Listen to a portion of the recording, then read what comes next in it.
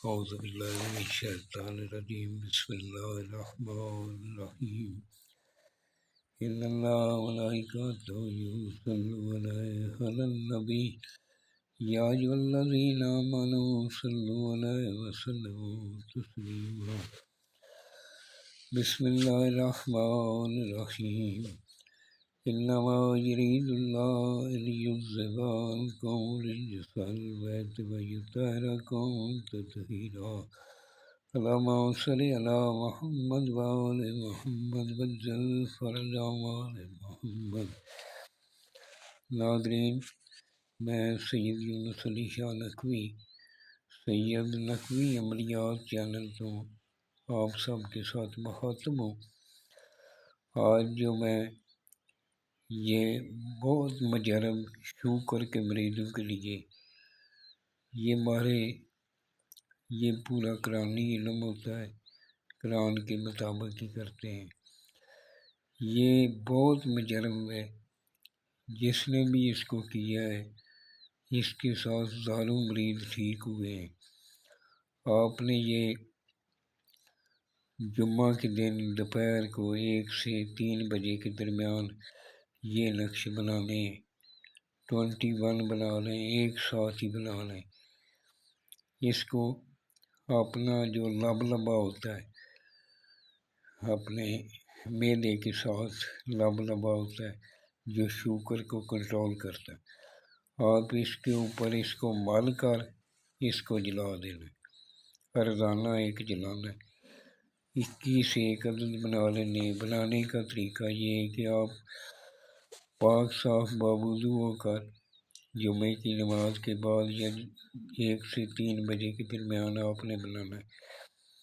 آپ بیٹھ کے 21 ایک ساتھ بھی بنا سکتے ہیں یا جمعہ کے جمعہ بنا سکتے ہیں۔ عطر لگانا ہے خود کو، 42 ٹائم درود پاک پڑھ کے میرے چینل کو سبسکرائب کرنا ہے، شیئر کرنا ہے اور اس کو لائک کر لیں۔ آپ کو نئی نئی ویڈیو ملتی رہیں گی۔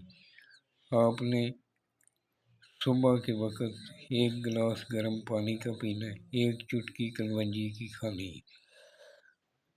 انشاءاللہ یہ آپ کو 21 دن کے اندر ہی کا رزلٹ اس کا ملے گا۔ اور اس کے ساتھ ایک چھوٹا سا ٹپ رکھ لیں، 1 چٹانک ادرک لے لیں، 1 چٹانک لہسن لے لیں، 1 چٹانک نار دانہ اور 1 پودنے کی گٹھی لے لیں، چٹانک کے برابر ہو۔ اس کو کوٹ کر اچھی طرح باریک کر کے اس کی چٹنی بنا لیں۔ صبح دوپہر شام چھوٹا چائے والا چمچ 1 کھا لیا کریں، کھانے کے ساتھ بھی اس کو کھا سکتے ہیں۔